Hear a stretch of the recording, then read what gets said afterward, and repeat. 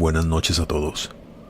Yo fui policía por décadas en México, y esta experiencia supera por mucho a todas las cosas horribles que llegué a presenciar durante mis años de labor. Me animé a compartir esto porque ya tiene más de 20 años que pasó esto, pero aún así lo cuento con mucho respeto y aún con la sangre helada de solo acordarme. En ese entonces trabajaba con mi compañera de patrullaje, la cual llamaremos Lidia. Nosotros éramos buenos amigos, además de ser compañeros de trabajo, y esta experiencia nos unió aún más. Aquí comienza mi historia. Fue una noche de octubre. Lo recuerdo muy bien porque hacía mucho frío y esa noche estaba relampagueando. Se venía a venir una gran tormenta, pues los truenos eran muy intensos. Recuerdo que acabábamos de comprar unas hamburguesas para cenar ahí mismo en la patrulla, pues la noche al parecer estaba tranquila, pero de pronto todo eso cambió. A eso de las 11 de la noche recibimos una alerta. Se nos solicitaba de manera urgente en un domicilio de la ciudad.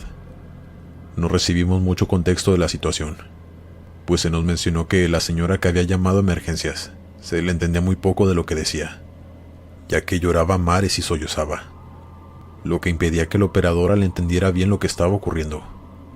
Únicamente pidió de urgencia una patrulla de policía y una ambulancia, pues decía que su sobrino estaba mal herido.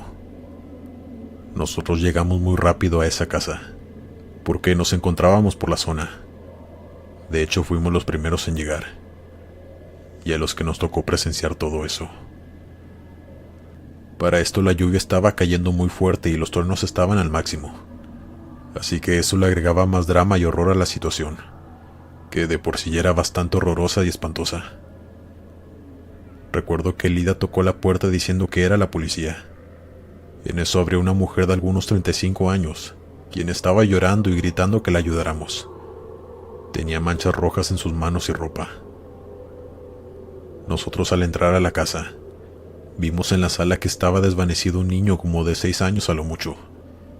Y no quiero de ninguna manera ser explícito por respeto al menor y ustedes, pero la escena era muy fea, algo indescriptible. En ese momento se escucharon las sirenas de la ambulancia, quienes entraron de inmediato a asistir al menor, mientras nosotros le preguntábamos a esta mujer que qué había ocurrido, que quién le había hecho esto tan atroz. La mujer entre lágrimas decía que ella era la tía de los menores. Nosotros le preguntamos que si había otro menor en la casa, a lo cual ella respondió que sí, que su sobrina de 11 años, que su madre los dejó solos porque trabajaba en las noches y ella iba a quedarse con ellos, pero que cuando entró a la casa, vio algo que aún no podía procesar. Su sobrina le estaba provocando heridas a su hermano, con el cuchillo de la cocina. Dijo que la menor tenía otra cara, parecía otra persona, y expresó esto con las mismas palabras. Tenía su rostro tan diabólico, sonreía de forma maligna e inusual. Hasta yo la desconocí. Después nos comentó que al ver eso tan horrible ella empezó a gritar, preguntándole a su sobrina que qué estaba haciendo, pero sin acercársele, pues la mujer estaba en shock. Su sobrina le sonreía de esa forma que ella describía como diabólica, mientras ella seguía gritándole que qué estaba haciendo, que qué era lo que acababa de hacer. Dice que de pronto su sobrina volteó a ver a su hermano en el piso, y de la nada le cambió la cara a susto, que inmediatamente corrió hacia arriba y se encerró en su cuarto, y que ahí seguía. La mujer dijo que ella no se atrevía a entrar pues le temía por lo que había hecho, y para esto los paramédicos nos avisaron que el menor ya no presentaba signos vitales, que ya no había nada por hacer. La mujer comenzó a llorar descontroladamente, algo muy difícil de presenciar, pues ahora nosotros teníamos que subir por la niña. Teníamos que interrogarla y también verificar que lo que su tía nos había contado era verdad. Así que Lidia y yo subimos hasta el único cuarto que estaba con la puerta cerrada. Lidia le tocó la puerta y le hablaba para que saliera. Pensé que ella debía hacerlo, que tal vez por ser mujer la niña le tendría menos miedo y más confianza, pues le decía que solamente quería platicar con ella, que no le iba a pasar nada, pero la niña no abría ni respondía. Nosotros intentamos forzar la cerradura, pues si tumbábamos la puerta la niña se asustaría y no queríamos hacer eso. Pero mientras intentábamos forzar la perilla de la puerta, una voz que no era de una niña empezó a reírse. Era una voz masculina muy grave y venía desde adentro del cuarto. Ahí fue cuando nos alarmamos, pues pensábamos que alguien más estaba ahí con la niña y que tal vez la tenía de rehén. Así que fue ahí cuando decidimos tumbar la puerta, pero cuando entramos al cuarto, lo primero que vimos fue a la niña sentada, abajo de su ropa colgada en su closet. Nos veía fijamente sonriéndonos de una forma que no les puedo explicar. Una niña de esa edad no podría hacer eso y tener tanta maldad en sus ojos y sonrisa. Era como la tía la había descrito. Diabólica. Lidia le preguntó que si estaba bien, que si había alguien más con ella, pero ella no respondía. Solo nos seguía observando con esa sonrisa macabra. Mientras tanto yo comencé a inspeccionar el cuarto, que era muy pequeño, y no había nadie más ahí con ella. Ni siquiera había tele en el cuarto o algo donde hubiera podido venir esa risa masculina tan macabra que mi compañera y yo habíamos escuchado. En ese entonces aún no había celulares modernos. Tampoco se encontró ninguna radio en su cuarto, y la única ventana tenía rejas. Nadie podía haber escapado por ahí. Solo estaba ella, y nadie más. Yo estaba demasiado desconcertado, y estoy seguro que Lidia también, pues entonces esa niña era quien había emitido esa risa tan macabra y de voz masculina. Lidia se acercó con cuidado, pero en eso la niña empezó a correr hacia ella, y ahí fue cuando yo tuve que ayudar a Lidia a controlarla, pues estaba gritando y pataleando, intentando escapar, así que tuvimos que esposarla. Fue una de las cosas más difíciles que hice en mi labor como oficial de policía. La niña tenía manchas rojas por toda su ropa, al igual que en sus manos y sus pies. Era evidente que ella había tenido algo que ver con lo que le había pasado a su hermano. Y también encontramos el cuchillo de cocina tirado allí, debajo de su closet. La niña fue llevada para interrogarla al igual que a su tía, y a su madre, que ya después la notificaron de lo sucedido. Se comprobó que la niña era quien había cometido aquel crimen, y ella misma confesó todo, pero dijo algo que dejó helados a todos. El diablo me obligó a hacerlo. Se le realizaron pruebas psicológicas y en todas salió muy bien. No padecía ningún tipo de enfermedad mental o trastorno psicológico, así que no nos podíamos explicar por qué hizo lo que hizo, pues al preguntarle ella únicamente decía eso, que el diablo la obligó a hacerlo. Interrogando a la madre y tía de esta niña, la tía nos comentó que su hermana, o sea la madre de los niños, recientemente había conocido a un hombre quien era su pareja, quien le hacía hacer rituales satánicos y de este tipo en su propia casa, pues le lavó el cerebro diciéndole que así ambos serían millonarios, y que se irían a vivir juntos a otro país y muchas cosas, para que esta señora permitiera todo eso en su casa, y que desde que ese hombre había aparecido en su vida, la niña comenzó a cambiar su comportamiento. Era agresiva, decía groserías, y tenía cambios repentinos de humor. También muchas veces fue sorprendida por su tía hablando con alguien en su cuarto, pero que al entrar no había nadie más con ella. Y muchas cosas extrañas también empezaron a suceder en la casa por las noches, desde platos de vidrio que se caían de la alacena a mitad de la noche, o ruidos extraños a los que no se les encontraba explicación. La madre admitió todo esto. En efecto, ella junto con su pareja practicaban estos rituales en la madrugada, cuando llegaban de trabajar, pues también eran compañeros. E incluso en aquella casa se encontraron varios libros de rituales y algunos muñecos de vudú. En conclusión, la niña fue ingresada al tutelar de menores y la madre quedó en libertad.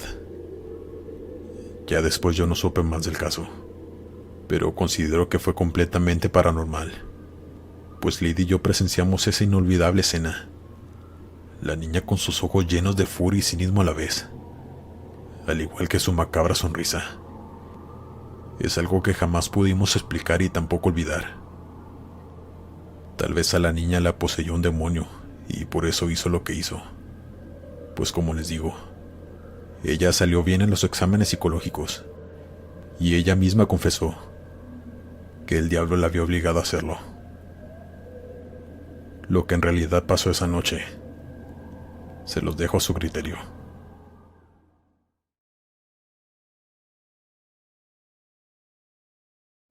Hola Glenn, tengo una historia paranormal que le sucedió a mi padre durante su carrera laboral como policía de la ciudad. Somos de Chile y esto ya tiene muchos años, pero creo que vale la pena compartir su anécdota con todo tu público. Sinceramente es algo tétrica y deja con muchas dudas sobre la realidad. Mi padre se llama Diego, y en ese entonces patrullaba las calles de la ciudad con su compañero Andrés. Una madrugada recibieron la orden por la radio de ir a un domicilio muy cerca de donde ellos estaban. Algunos vecinos de esa calle habían llamado a emergencias, puesto que en una casa que ellos decían que estaba abandonada, se escuchaban gritos siniestros desde adentro, que pensaban que algo muy malo le estaban haciendo a alguien allí, pero que ellos por supuesto no se atrevían a entrar. Pidieron que por favor la patrulla se diera prisa. Mi padre, quien era el que conducía, aceleró para llegar lo más pronto posible al lugar. Dice que cuando entró a esa calle había algunas personas en la misma, quienes al ver la patrulla les hicieron señas para que se acercaran a ellos. Eran los mismos vecinos quienes habían reportado lo sucedido. Casi todos estaban en pijamas, pues ya eran altas horas de la madrugada, aunque no recuerda la hora exacta. Mi padre y su compañero bajaron de la patrulla, y antes de que los vecinos pudieran decir algo, cuenta mi padre que un grito de una mujer salía de aquella casa, que en efecto, se veía a simple vista que estaba abandonada. Ellos pidieron a las personas que estaban allí en la calle que se metieran a sus domicilios, pues era muy peligroso que estuvieran allí, si es que tenían que detonar sus armas. Les dijeron que se fueran y que ellos se harían cargo. Las personas tuvieron que obedecer, pero muchos curiosos seguían asomándose por sus ventanas. Mi padre y su compañero golpearon la puerta de esa casa que estaba en muy malas condiciones. Gritaron que si había alguien allí que se entregara, que iban a entrar a la fuerza y que era mejor que saliera con las manos en alto. Pero no obtuvieron respuesta. A cambio solo recibieron un grito desgarrador, que dice mi padre que le calaba hasta los huesos escuchar aquello. Era como si le estuvieran haciendo algo horrible a lo que parece ser una mujer, algo que le provocara mucho dolor. El compañero de mi padre pateó la puerta y ésta cayó al piso, pues es que solo hacía falta una patada para derrumbarla de lo vieja que era. Ambos entraron con su linterna y arma en mano, alumbrando cada rincón de la casa. Ellos no pudieron ver nada en la planta baja, fuera de un montón de basura y malos olores, telarañas por todos lados y alguna que otra parte de muebles viejos. El primer piso estaba vacío. Me refiero que no había personas, ni siquiera animales en el lugar. Pero de pronto escucharon ruidos en el piso de arriba. Cuenta mi padre que se escuchaba como algo arrastrándose. Es como él lo puede describir.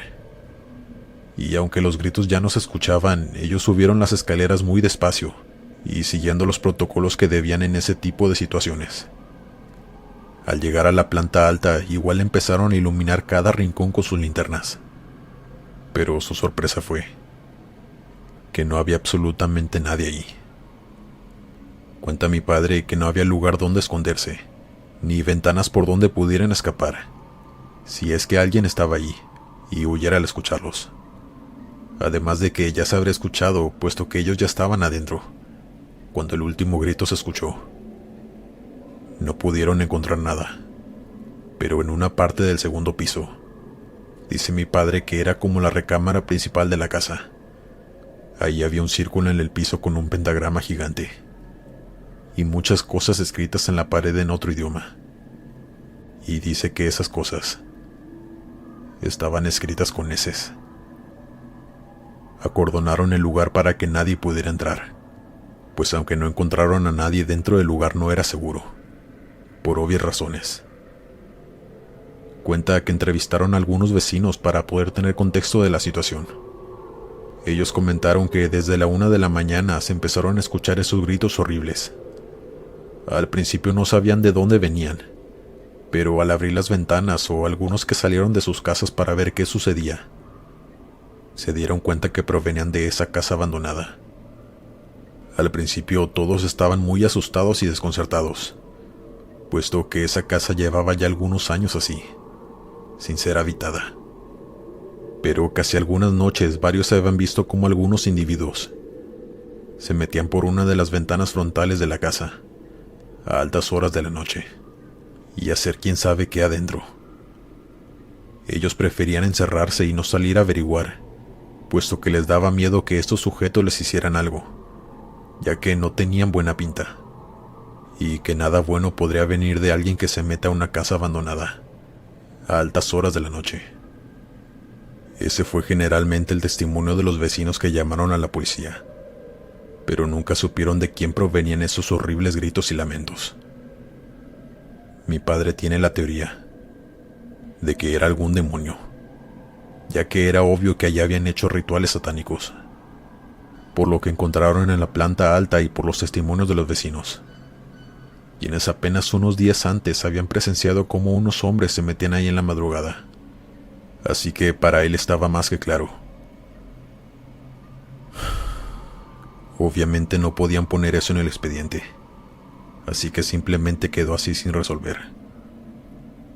Tiempo después mandaron a demoler esa casa, pues ya no era de nadie, y desconocemos si aún sigue así como un terreno baldío, pues nosotros ya no vivimos allí. Hasta aquí mi historia, Glenn. Saludos a toda la comunidad.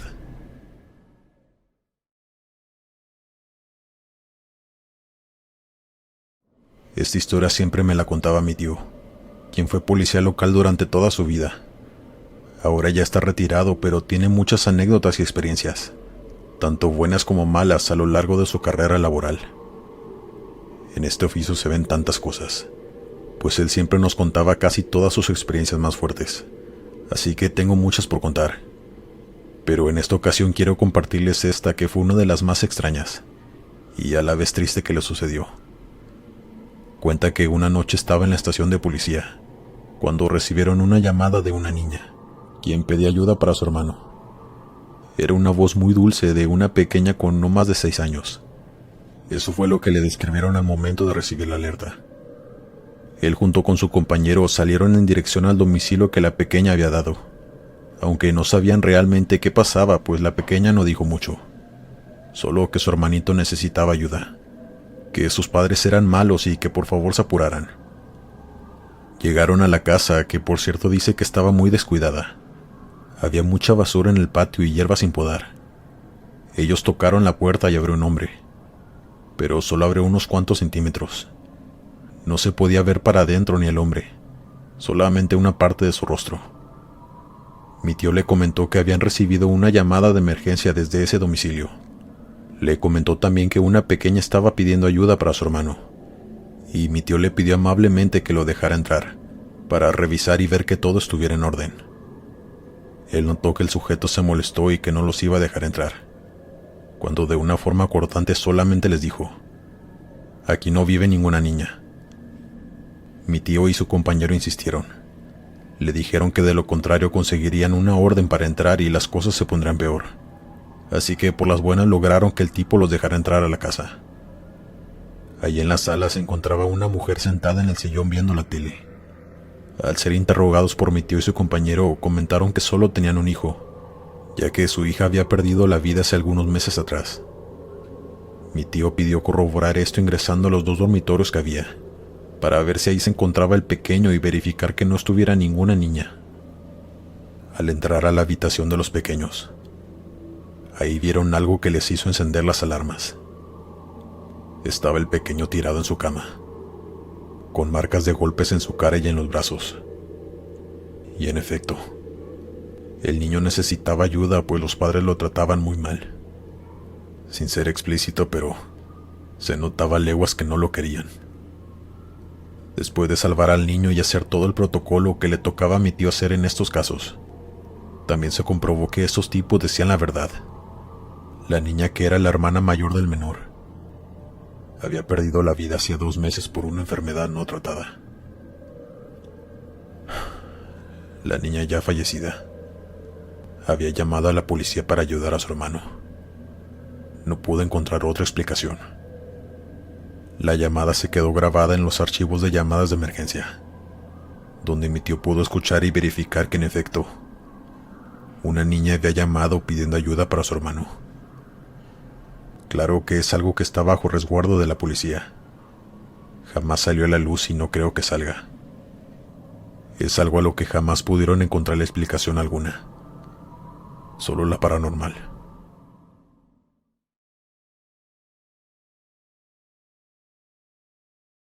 Hola Glenn.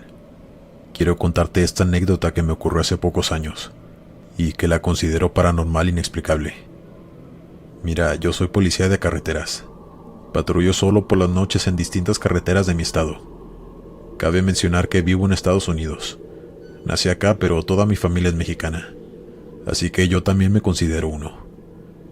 Mi trabajo consiste en verificar que los conductores no se pasen del límite de velocidad, que tengan el cinturón puesto y que las placas sean legales, entre muchas otras cosas.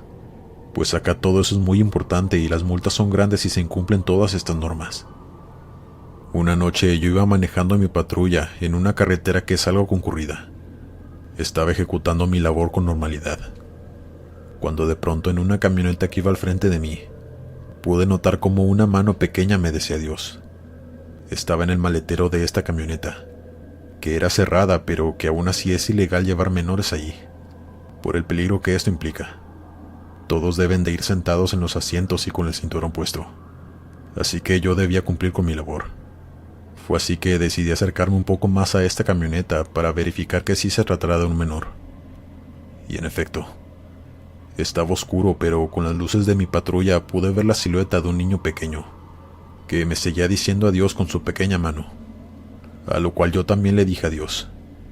Pero debía hacer mi trabajo, pues era peligroso que el menor fuera en la cajuela, así que encendí las luces e hice que la camioneta se detuviera.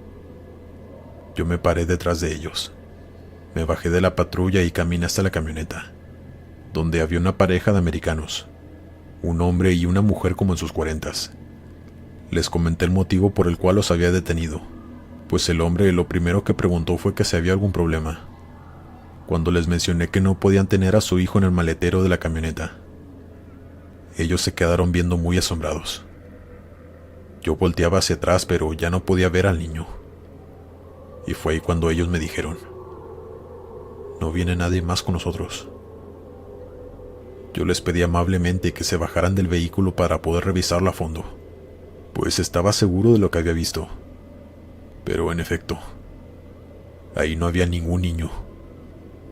No había nadie más que ellos dos.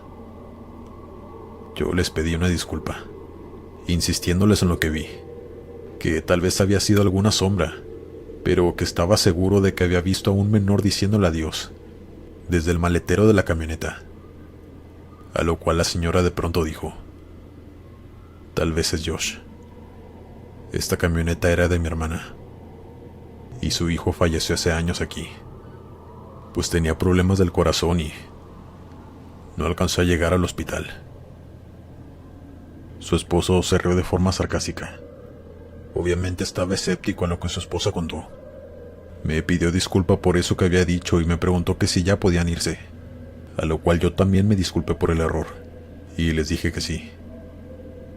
Al día siguiente, revisando las cámaras de la patrulla, ahí sale la sombra que yo vi, así que confirmé que fue real y no me lo imaginé. Sí había una sombra de un niño diciéndome adiós, desde el maletero de esa camioneta. Yo la revisé exhaustivamente, hasta levantando los asientos, pues se trataba de un menor que posiblemente podía estar en peligro. Pero ahí no había nadie. Hasta la fecha es algo que me deja horas pensando, pues nunca había visto algo similar. Nunca había visto un fantasma en mi vida, y que me ocurriera en mi trabajo lo hizo más dramático.